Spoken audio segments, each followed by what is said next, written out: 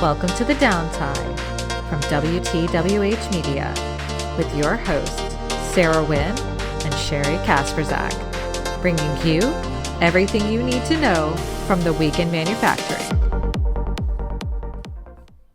All right. We are here for a star-spangled edition of The Downtime, a weekly manufacturing podcast from WTWH Media. I'm Sarah Wynn with Sherry Kasperzak, and thank you so much for joining us on your Downtime. A very special episode today, if I do say so myself. We are celebrating America. This is our July 4th Independence Day episode, and we got a lot of great stuff for you, so you're going to want to hang out. Sherry. It's a red, white, and boomed episode. Can you tell us what's on deck? We've got a star-spangled episode ahead of us. We are talking about companies that are made in the USA, born in the USA. We got a couple of companies that you're going to want to stick around and hear about. Also, Amazon Prime Day is coming up very soon, Sarah, and you're going to chat with us a little bit about that. We've got some World Industrial Design Day content that you have for us that you're going to be showcasing. And then we're going to have a little chatter. Like we've got some interesting stuff coming up, so stick around. A chit-chat? A chit-chat. We might just chit-chat. We've been known to. Not us. Us. All right. Okay, let's get focused. So it's July 3rd. We're listening to this episode now. Big day for America tomorrow, Independence Day. Let's talk made in the USA.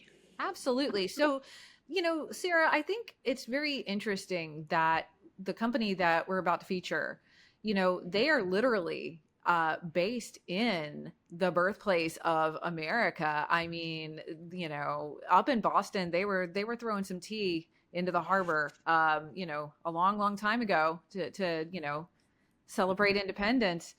We got a conversation with Boston Dynamics. Now, I don't know if you're familiar with this, Sarah. This is a really cool story. Boston Dynamics was on America's Got Talent not too long ago. And I don't know if you've seen this video, but their spot manufacturing robot, a bunch of them, a whole crew of them, did a dance number to Queen's Don't Stop Me Now. It was hilarious. And they got, a nod from all of the judges, unanimous, right into our interview with Boston Dynamics on what it means to be an American company, and particularly one from Boston. So here we go. Take it away, Spots. Hi there. We have with us today Matt Malciano. He is the VP of Software at Boston Dynamics. Thank you so much for joining us today, Matt. We really appreciate it.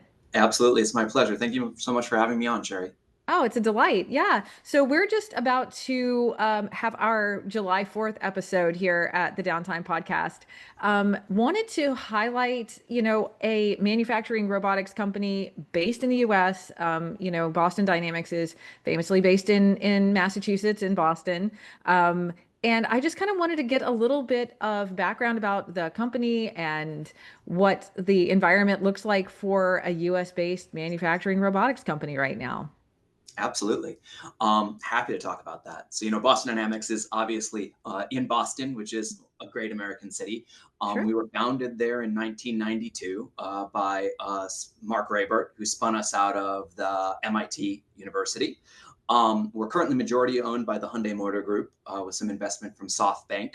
But we operate inside of the United States primarily.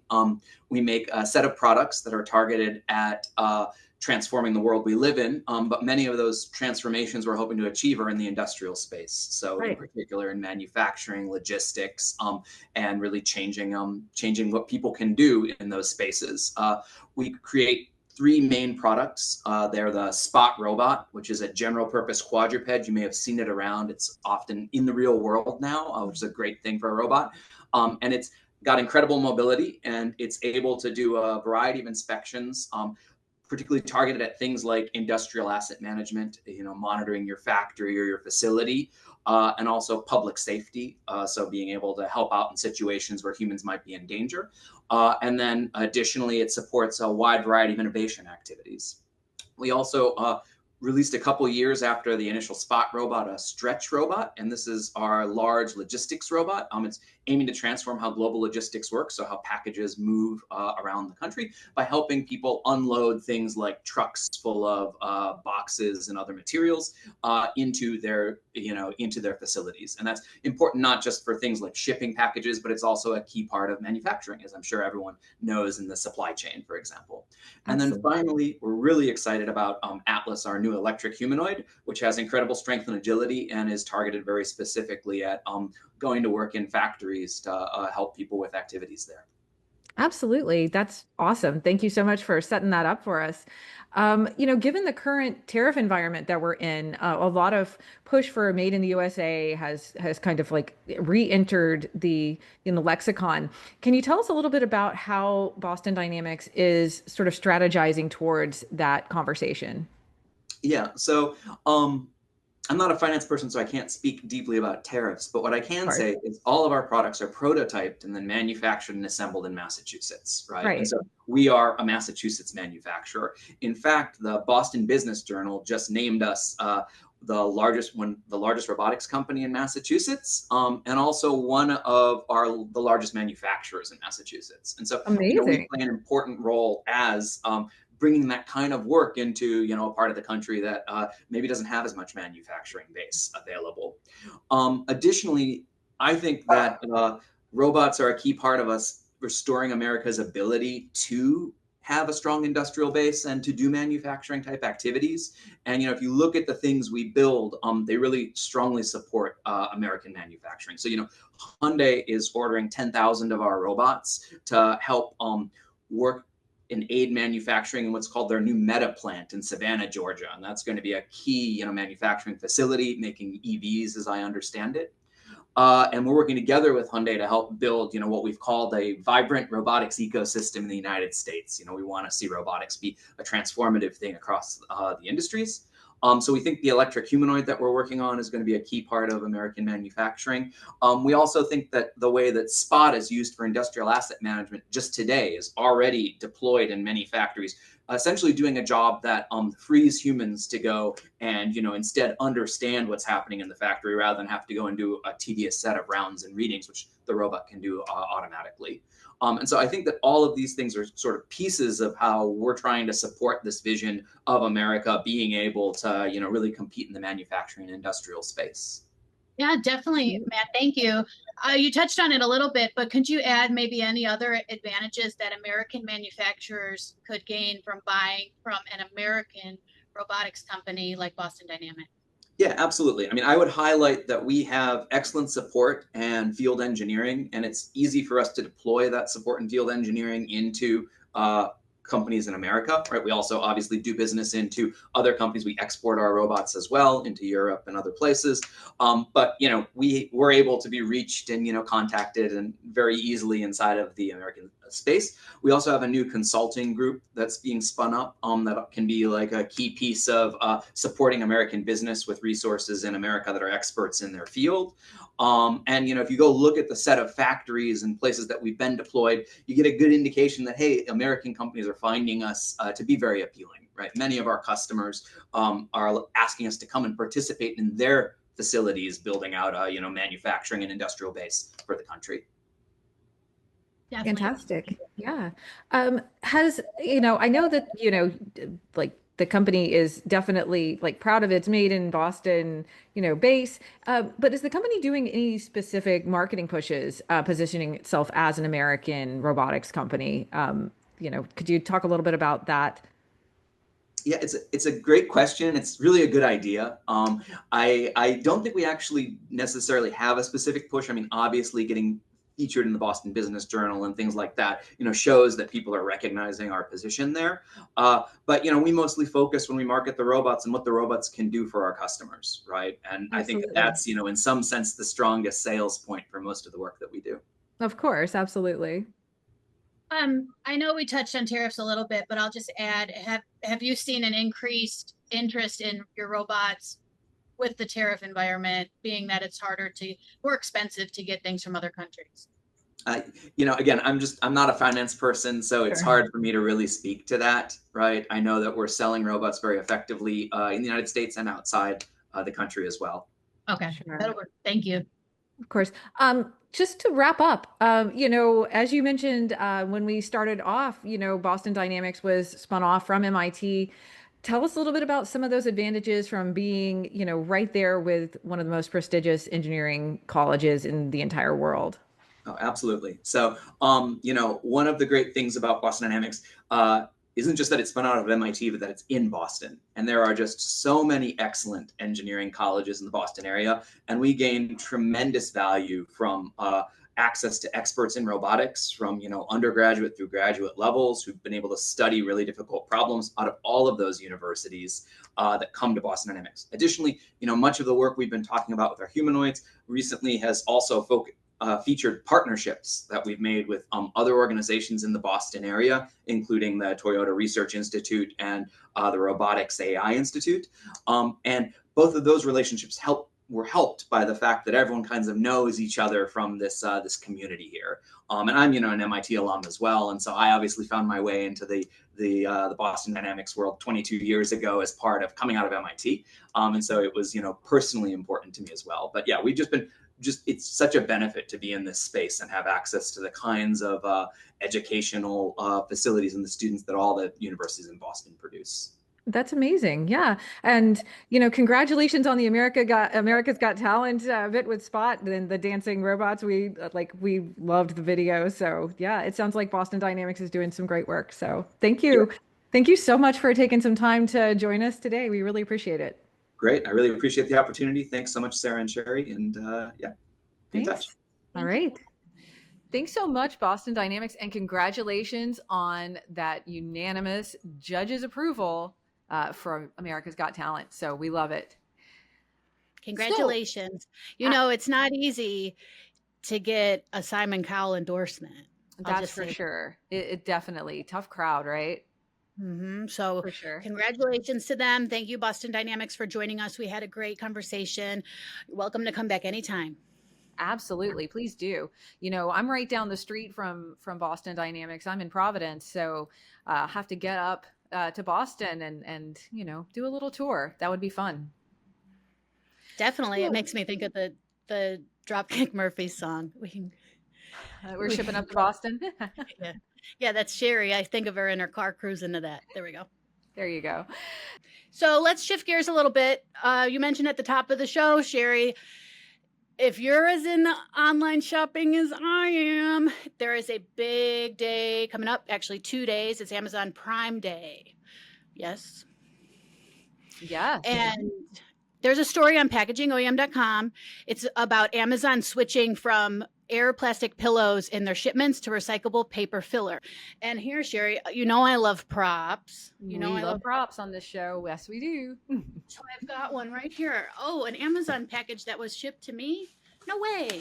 What? So we have the old air Yep. pillow, We all know them. single-use plastic. Here's the new one, as of last summer. Sustainable paper filler. Sherry, it was about a year ago. Amazon made the news that they were swapping 95% of those plastic air pillows for sustainable paper filler. And I want to point out that paper filler is curbside recyclable. You can read more about it on packagingoem.com. Mentioned it's also on the LinkedIn page. But with all these sales, I have to ask, Sherry, will you be buying anything? Or what about like coffee?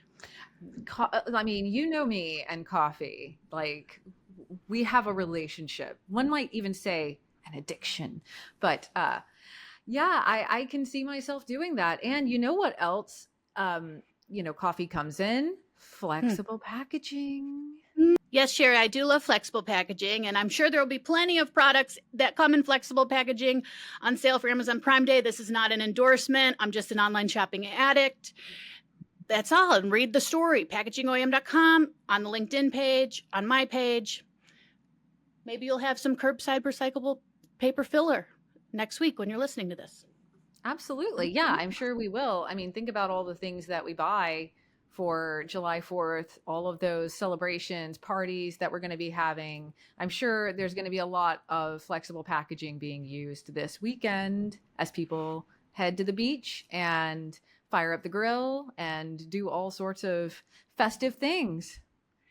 Sherry likes to bring up going to the beach, and this is because she lives in a great beach state. I For live in those, the Ocean State. Yeah. she lives in the Ocean State. I live in the Buckeye State. The closest thing to a beach would be to go to Lake Erie.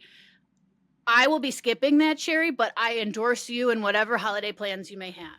I will be hitting my paddleboard very hard this weekend. I'm excited. I can't wait to get out on the water. I am an avid paddleboarder. Shout out to anyone else who loves paddleboarding. It's such a calm and meditative thing. So you will find me out on the paddleboard this weekend. There you go. And you'll find me at the barbecue, probably with the flexible package in my hand. That's all. That's awesome. So let's move in. Let's switch gears a bit. So this past Sunday, June 29th, was World Industrial Design Day. I thought about all the different products we saw this year, Sherry, all the different machines and solutions. And one we haven't talked about yet on this podcast belongs to B&R Industrial Automation. It's their levitating shuttles, which we spoke with Sean Neller back at Pack Expo Southeast in Atlanta, and he demonstrated the system for us, and the full story is on packagingoem.com. But in a nutshell, it's the system's based on the principle of magnetic levitation. It features shuttles with integrated permanent magnets that float over the surface of electromagnetic motor segments. In packaging, these shuttles can be used for short-run packaging, as they can provide frequent changeovers between products. They're well suited for pharmaceuticals, some small food and beverage, some healthcare products. But Sherry, you were there when Sean demonstrated the system for us. Do you have anything to add? No, I just think it's super cool. Yeah. It is really fun to watch. Oh yeah, for sure. It's a solution that has so many components to it. It's hard to pick a favorite. I'll just say that. Absolutely. Yes, so definitely check that out at packagingoem.com. B&R Industrial Automation's levitating magnet shuttles.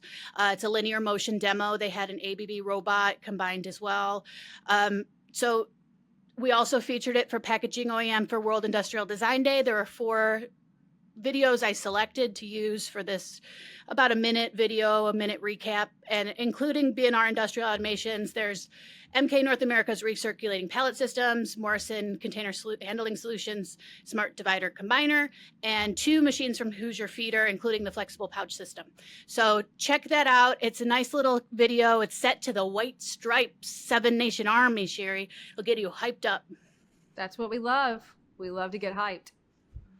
Yeah, always. And partnered with coffee and caffeine, we're ready to get hyped. Always. Every day.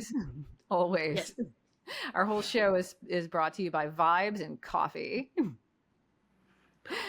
Absolutely. So Sherry, is it time to change gears a little bit? Let's shift gears a little bit. Yes. You ready? Yeah. So we're going to play a game called She Said What?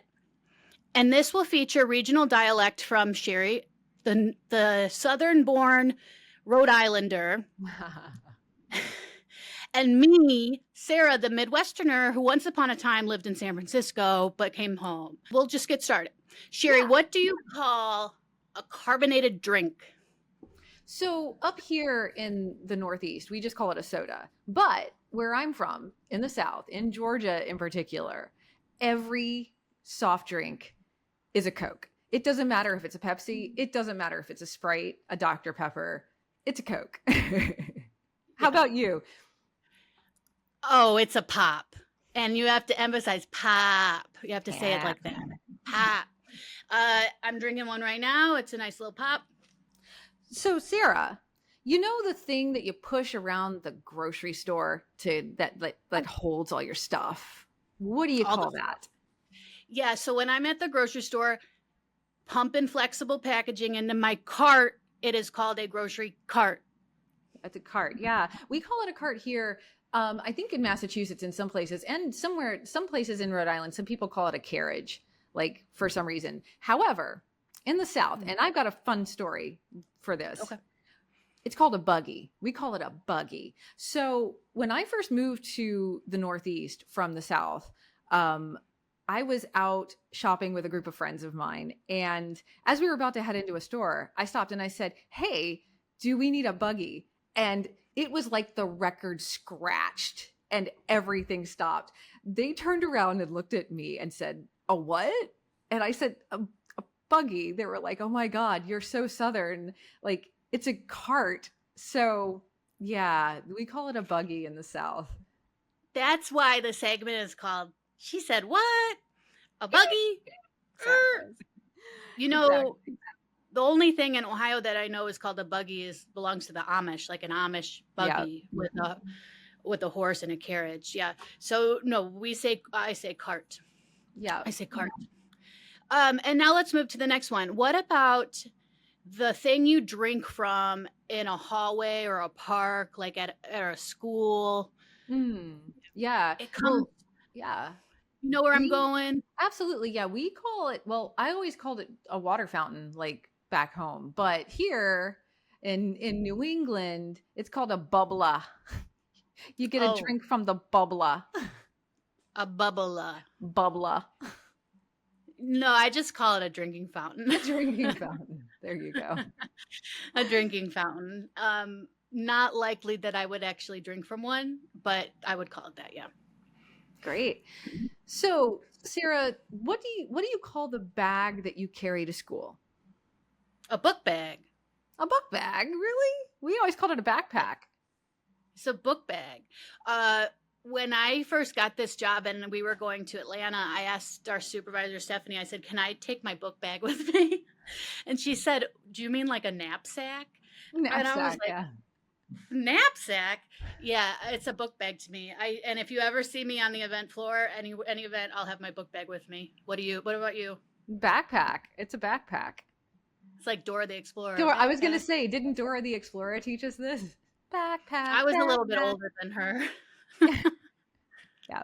No, it's a book bag. A book bag. Cute. What about like a sale where people sell stuff from their house and it's not Facebook Marketplace? Don't go there, Sherry. You know I'm addicted to it. You are. It's funny. So, I mean, we just call it a yard sale. Or I guess up here it'd be a yad sale, right? A yard A sale. yad sale. A garage sale. Garage sale. Okay, yeah, I've heard that. I've heard people call it a garage sale. A garage sale. Garage.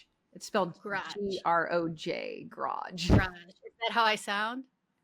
It's how it sounds to me. Yeah. Garage. So, Sarah, you know the thing that kids draw with that's made of wax? How do you pronounce that? Oh, like a crayon? A crayon. Yeah. Crayon. Crayon? Crayon. A crayon.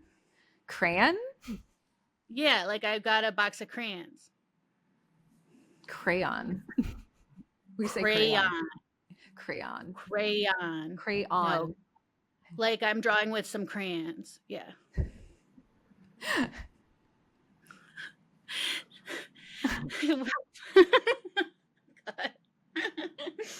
Do I say it weird? Crayon. It's like crayon raspberry. I mean, I will always say crayon. Sherry, how about a major road? do you mean a highway?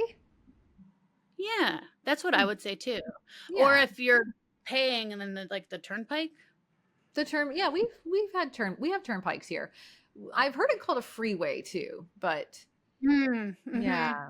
But I think I it's guess more I of a would say Western. freeway too. Yeah. Like highway or freeway. Yeah. Yeah. Wherever my GPS tells me to go.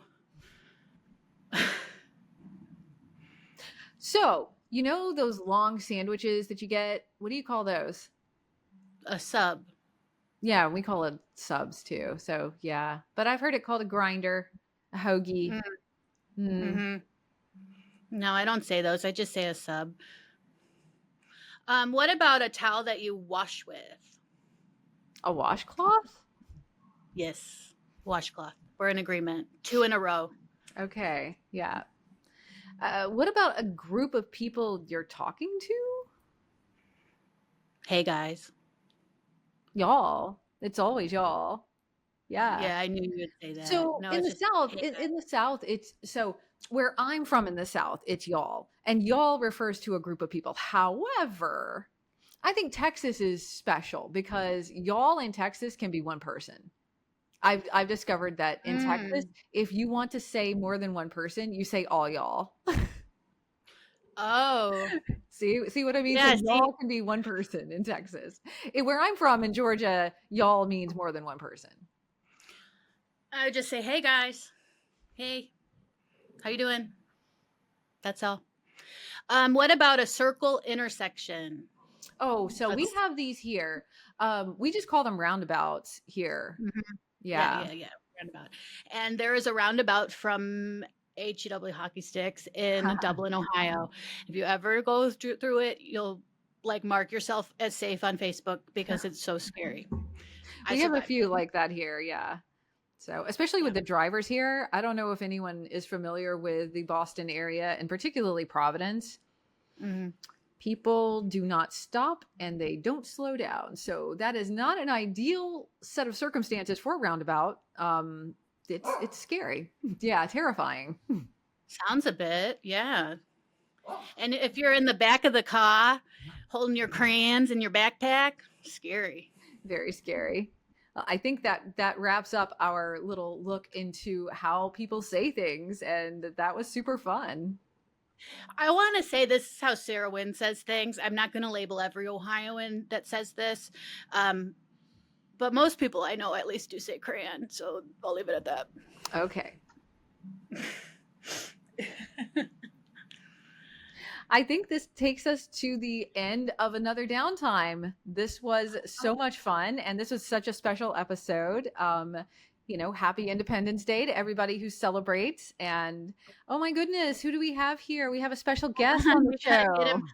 We have to get him geared up. He's not ready. Oh, we have a Look special at guest that we'd like to introduce. Hi. this is Mr. Baby. Hi, Says Mr. Baby. let freedom ring. Listen to the downtime. Don't forget to follow us on LinkedIn, SoundCloud, Spotify, and YouTube. Thanks, Mr. Baby. He's the promotion dog. Thank you everyone for listening to another episode of The Downtime. If you're watching on YouTube, I am wearing a very small hat, and so is my dog. Thanks, y'all. We appreciate you for listening, following, and subscribing, and we'll catch you in the next one. Bye. Bye.